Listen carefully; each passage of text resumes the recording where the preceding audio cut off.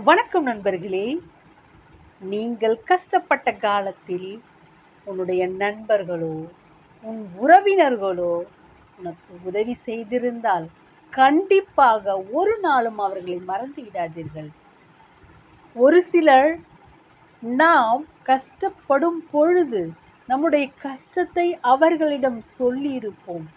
அவர்கள் நம்முடைய கஷ்டத்தை சந்தோஷமாக எடுத்துக்கொள்வார்கள்.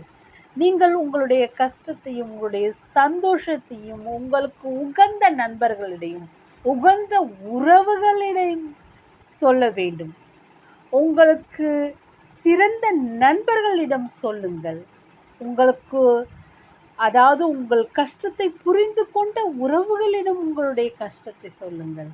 உங்களை கேலி செய்து புறம் பேசுபவர்களிடம் சொல்வதை விட உன்னை படைத்த இறைவனிடம் உன்னுடைய கஷ்டத்தை சொல்.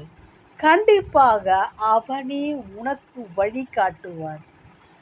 அதை கொண்டு உன்னுடைய வாழ்க்கையை சிறப்பாக மாற்றிக்கொள் நண்பர்களே. நன்றி, வணக்கம் நண்பர்களே.